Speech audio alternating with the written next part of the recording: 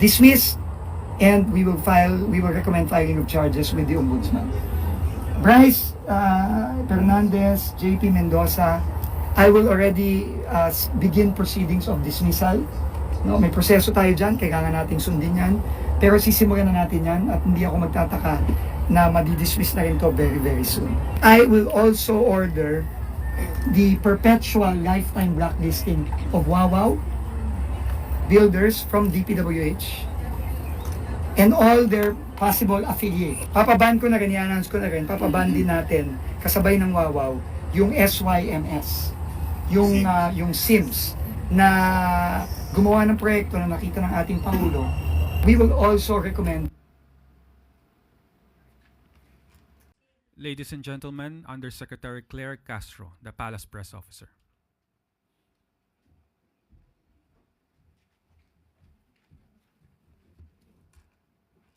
Magandang araw, Malacanang Press Corps. Ang gusto ng Pangulo, mabilis na aksyon. Sinibak na sa pwesto ni DPWH Secretary Vince Dizon si Assistant Regional Director Henry Alcantara habang inaayos na rin ang dismissal ni District Engineer Bryce Erickson Hernandez at Assistant District Engineer JP Mendoza. Ito ay kaugnay sa nagpapatuloy na investigasyon sa mga maanumalyang flood control project sa Bulacan. Nirekomenda na rin ni Secretary Dizon na sampahan ng kaukulang kaso sa Office of the Ombudsman sina Alcantara, Hernandez at Mendoza kaugnay sa mga questionabling proyekto. Kasama na rin sa lookout bulletin ng Bureau of Immigration ang nasabing DPWH officials. Kaugnay nito, nakatakda na rin maglabas ng order si Secretary Dizon para sa perpetual blacklisting ng Wawaw builders at Sims Construction Trading. Pinasasampahan na rin sila ng kaso sa Department of Justice. Ang Wawaw builders, ang kontraktor sa 96.5 million peso ghost project sa Bulacan, habang ang Sims Construction Trading naman, ang kontraktor sa 55 million peso ghost project sa parehong probinsya. Ang hakbang na ito ng ahensya ay alinsunod sa panawagan ni Pangulong Ferdinand R. Marcos Jr. ng mabilisang pag-aksyon, pagsasampa ng kaso, at pagpapanagot sa mga nasa likod ng mga maanumalyang proyekto. Henry Alcantara, effective today, is dismissed from the... Ngayon, he suspended it. Okay, he is now dismissed. I will call for a summary dismissal of Henry Alcantara. So, si Henry Alcantara, dismissed, and we will recommend filing of charges with the Ombudsman. Bryce Fernandez, JP Mendoza, I will already begin proceedings of dismissal. No, may proseso tayo dyan, kailangan nating sundin yan. Pero sisimulan na natin yan at hindi ako magtataka na madidismiss na rin to very, very soon. I will also order the perpetual lifetime blacklisting of Wawaw builders from DPWH and all their possible affiliate. Papaban ko na rin, i-announce ko na rin, papaban din natin kasabay ng Wawaw yung SYMS, yung SIMS na gumawa ng proyekto na nakita ng ating Pangulo. We will also recommend. Huwag po natin bibiguin ang taong bayan. Ito ang panawagan ni Pangulong Ferdinand R. Marcos Jr.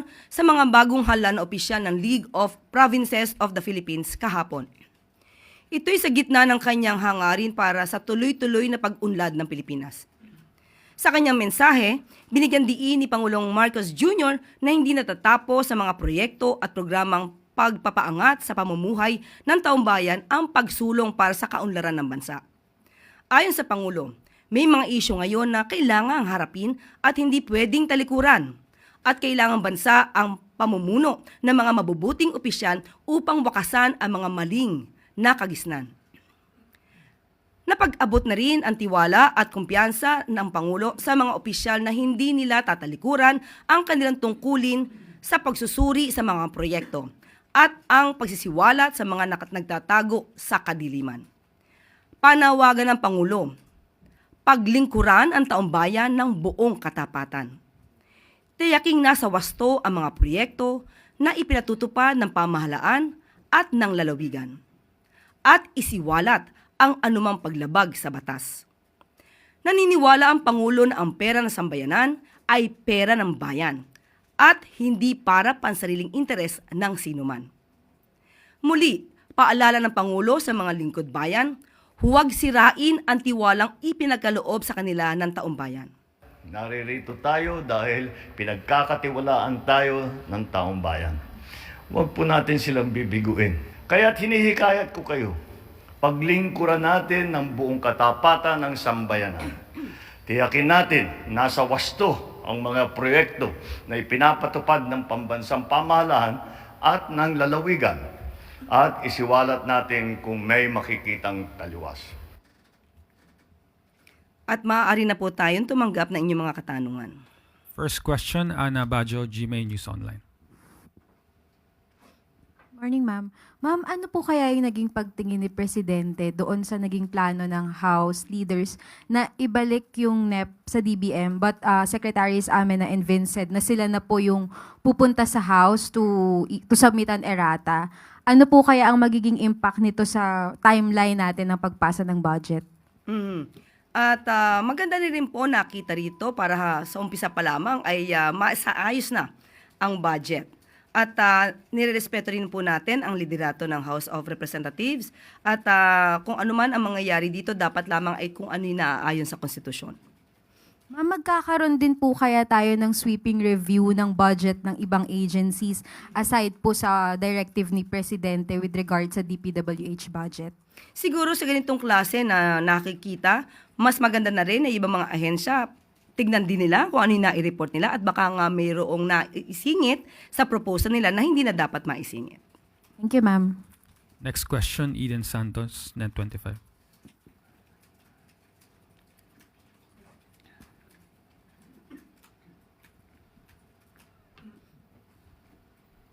Yusek, good morning po.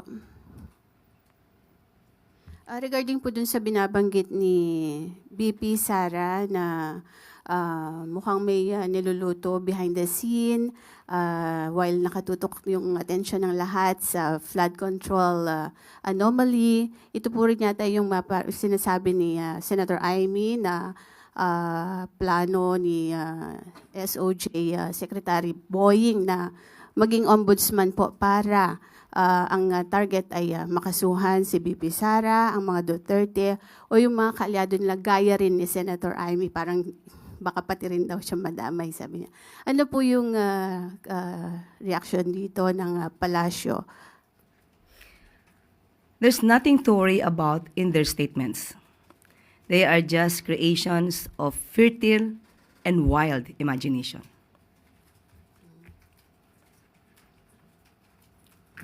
Next question, Ivan Mayrina, GMA 7. Good morning, Yusek. May we get the position of the palace on moves by some members of Congress to lower the minimum age requirement for president from 40 to 35 and for senators from 35 to 30? Kung ano man po ang kanilang ninanais na gawing batas, mas mainam po talaga kung ano man po ang detalye ay maipakita sa Pangulo bago po magkaroon ng reaksyon. Hindi po natin masasabi kung ito'y positibo o negatibo hanggat hindi po nakikita ng Pangulo kung ano man yung detalye dito. But as to the method, ang pinupush po nila ay constitutional convention. Trabaho naman po nila yan. Tingnan po natin. Muli, tingnan natin kung ano po ang magiging detalye nito para sang-ayunan to o hindi sang-ayunan ng Pangulo. Thank you. Next question, Ann Soberano, Bombo Radyo. Yusek, good morning. Maraming mga anomalies din po ang natuklasan ng mga congressmen sa 2026 National Expenditure Program. Hindi lang po yung DPWH.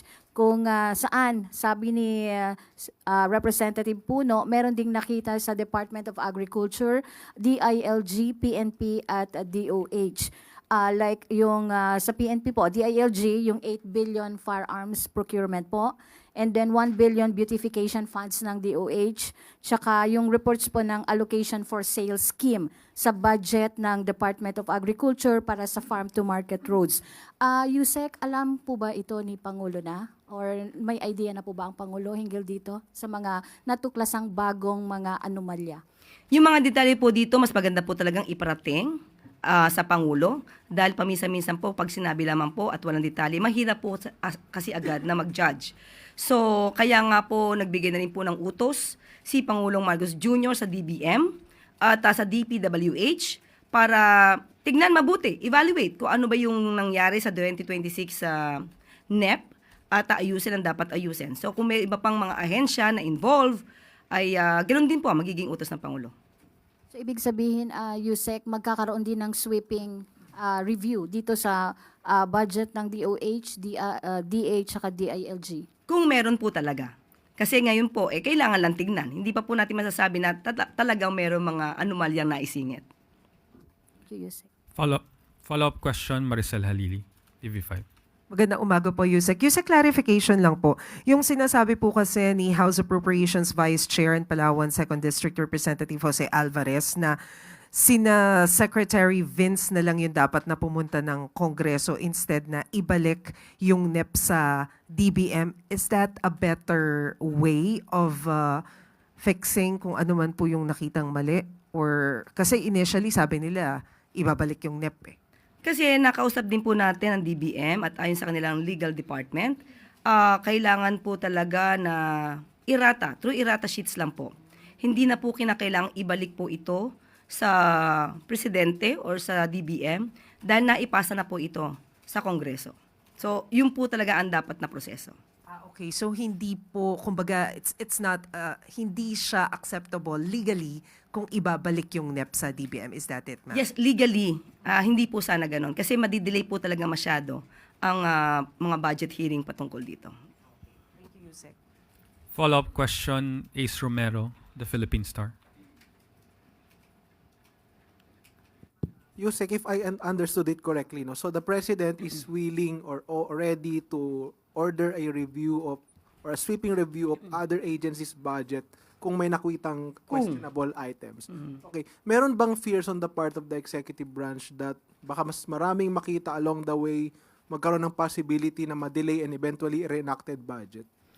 Napaka-hypothetical ng question but still, kung mangyayari man ito, mas magandang ngayon pa lang maayos na. So wala pa tayong fears na baka reenacted? Wala pa namang ganung Wala pa naman po. within schedule pa? Yes, opo. Okay, salamat po. Thank you. Next question, Alvin Baltasar, Radyo Pilipinas. Yusek, good morning po. Yusek, doon sa independent commission na binubuo, can you give us an idea kung gaano yung scope ng power niya? Meron po ba itong, magkakaroon po ba siya ng subpoena power para maipatawag yung mga taong nasa sangkot doon sa mga anomalya? Noon po ay sinasabi po natin na mukhang walang subpoena power pero ang nais po ng Pangulo sa nasabing independent commission ay mabigyan po ng lakas, mabigyan ng ngipin para po mas mapatupad kung ano ang mandato ng independent commission na ito. At nais po ng Pangulo na magkaroon po ng subpoena power ang independent commission. Yusek, magpa-follow up lang ako doon sa ibang, pero doon pa rin sa anomaly. Reaction natin doon sa revelation ni Senator Marcoleta na mayroon na daw 2 contractors na nakaalis ng bansa. And do you consider this as a concern on the part of Malacanang? Sa ngayon po, since wala naman po kasing kaso pa na naisasampa, hindi po talaga natin mapipigilan ang sino man na umalis ng bansa dahil may freedom of movement po tayo at yun ay nirerespeto. At kaya nga po ngayon ay mabilis na kumilos si Secretary Vince, anisunod na rin po sa utos ng Pangulo. At nag-request na po siya for a lookout bulletin para po makita natin kung ano yung mga movement ng mga maaaring involved dito sa mga maanumalyang flood control projects. Yusek, isa na lang po. Kailan po ba papasok yung AMLAC dito sa mga pinag-uusapang flood control projects sa anomaly? Ang AMLAC naman po kasi, they can initiate an investigation. Pero kung paano sila papasok, ay hindi na po nila ito dapat isinisiwalat. At baka magkaroon pa ng movement, no? Yung iba maaari mga masangkot dito kung isisiwalat pa nila yung kanilang mga aksyon patungkol dito. Thank you po, Yusek. Follow-up question, Heidi Sampang, FEBC. Good morning, Yusek. Kanina po kasi sinugod po ng mga disaster survivors at environmental groups yung compound po ng mga diskaya sa Pasig. Nagbato po sila doon ng putik at nag-spray paint po ng word na magnanakaw dun po sa gate ng St. Gerard Construction. May paghahanda or may panawagan po ba ang Malacanang para hindi po humantong sa Indonesia style of rally kung saan po doon laganap yung looting? Kasi po labis po yung pagkagalit ng mga tao and baka din po sa atin lumabas po yung galit ng mga tao through that way po sa mga nabunyag po na anomalies sa flood control projects. Hindi po na naisin ng Pangulo na ganito ang mangyari. Sabi nga po ng Pangulo, sinusunod po natin ang due process. Sa mga kapwa nating Pilipino, ang pag-iimbestigang ginagawa po ng Pangulo, ang pag-uutos na imbestigahan lahat, ay para din po sa taong bayan. Pero hindi po ninanais na magkaroon ng kaguluhan dahil lamang sa may mga maling information. Dahil ito daw ay ginagamit para mas paalabin ang galit ng mga Pilipino. Hindi po yun ang nais ng Pangulo. Nais ng Pangulo ay maliwanagan lahat tayo kung ano nangyayari sa mga flood control projects at maibigay ang nararapat sa taong bayan. So, inuutos naman din po ng Pangulo sa mga concerned government agencies natin, sa mga law enforcement natin, na huwag niyo pong hayaan na mangyari po ito. Thank you, Yusek. Follow-up question, Ana Bajo, GMA News Online. Ma'am, follow-up lang po dun sa Independent Commission. When can we expect an executive order from the President regarding po sa establishment nitong commission? Finalizing na po. Inaayos na po at may draft na po, but finalizing pa rin po sa EO. Last na ma'am, si Mayor Magalong last night, he said na he's very much willing to be part of that commission. May reaction po ba yung Palace? Hindi po tayo makakapag-salita patungkol po dyan. Depende po sa Pangulo yan kung sino po yung i-appoint niya bilang miyembro po ng Independent Commission. Thank you, ma'am. Last question, Chris Jose Remate. Ma'am, reaction lang po ng Malacanang sa report ng NTF-ELCAC na sinasamantala daw po ng communist rebels ang galit ng publiko sa usapin ng korupsyon para mag-recruit ng mga bagong members. Lalo na daw po yung mga kabataan tsaka yung sa vulnerable sectors. Kaya nga po, maging mapanuri. Yan po ang request natin at panawagan natin sa lahat ng kababayan natin. Kabataan man o mga mature na mga katulad natin, mag-isip po tayo dahil hindi po ito nadadaan sa dahas. At huwag po sanang gamitin ito kung ito'y naaayon sa report ng mga rebelde, ng mga obstructionists, o mga kalaban sa politika. Hindi po ito kailangan gamitin para magalit kayo sa gobyerno o magalit kung kanino man.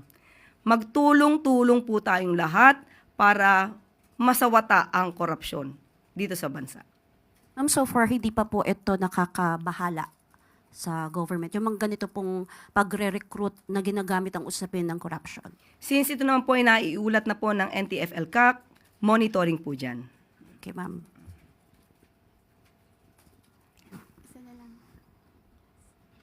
Follow-up Is that- question, Eden Santos, Net24. Meron lang pong phone-in question.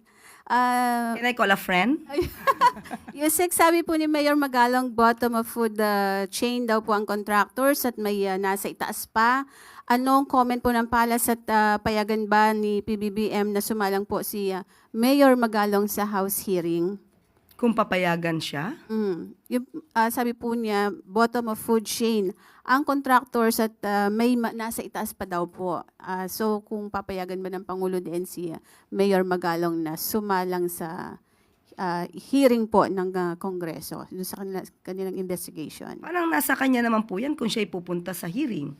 At kung mayroon naman po siyang maisisiwalat, mas magandang pumunta po siya. Pero para pigilan siya or para ipo siya na umaten, parang wala naman po yan sa mandato ng Presidente, ng Pangulo. Thank you po. Thank you, Eden. That is the last question, Yusek. Para paigtingin pa ang pagbabantay sa kaban ng bayan, lalong hihigpitan ng Department of Finance ang approval process para sa mga flood control projects sa gitna ng issue ng mga maanumalyang proyekto. Alinsunod ito sa utos ni Pangulong Ferdinand R. Marcos Jr. na wakasan ang mga tiwaling gawain sa pagpapatayo ng mga flood control projects. Sa ilalim ng mas mahigpit na approval process na inaprubahan ng Economy and Development Council Investment Coordination Committee noong August 12. Magsasagawa ng comprehensive review ng mga flood management projects ang nasabing committee at sisiguraduhin shovel-ready na ito bago pa man magsimula ang implementation. Layunin ng bagong hakbang na ito na siguraduhing wasto ang kalidad ng mga proyekto, maging kapaki-pakinabang ito sa mga mamamayan at kalaunan ay maaabot ang long-term sustainability goals nito.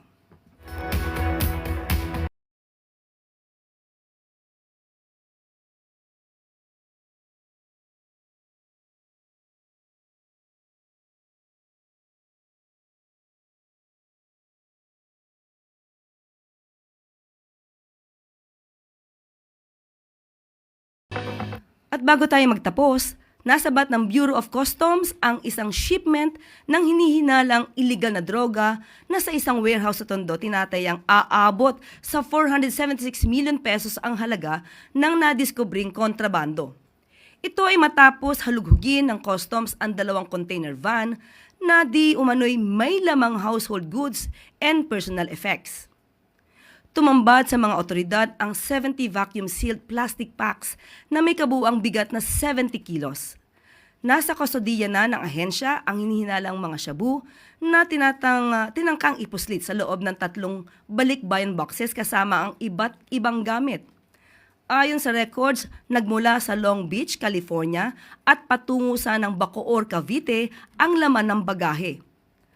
Ang isinagawang operasyon ay alinsunod sa utos ni Pangulong Ferdinand R. Marcos na paigtingin pa ang kampanya laban sa mga nagpapasok ng kontrabando at laban sa mga illegal smugglers. Ayon sa pamunuan ng customs, ang matagumpay na operasyon ay bunga ng mas pinalakas na intelligence and enforcement efforts ng pamahalaan laban sa illegal na drogang pilit na ipinupuslit sa bayan.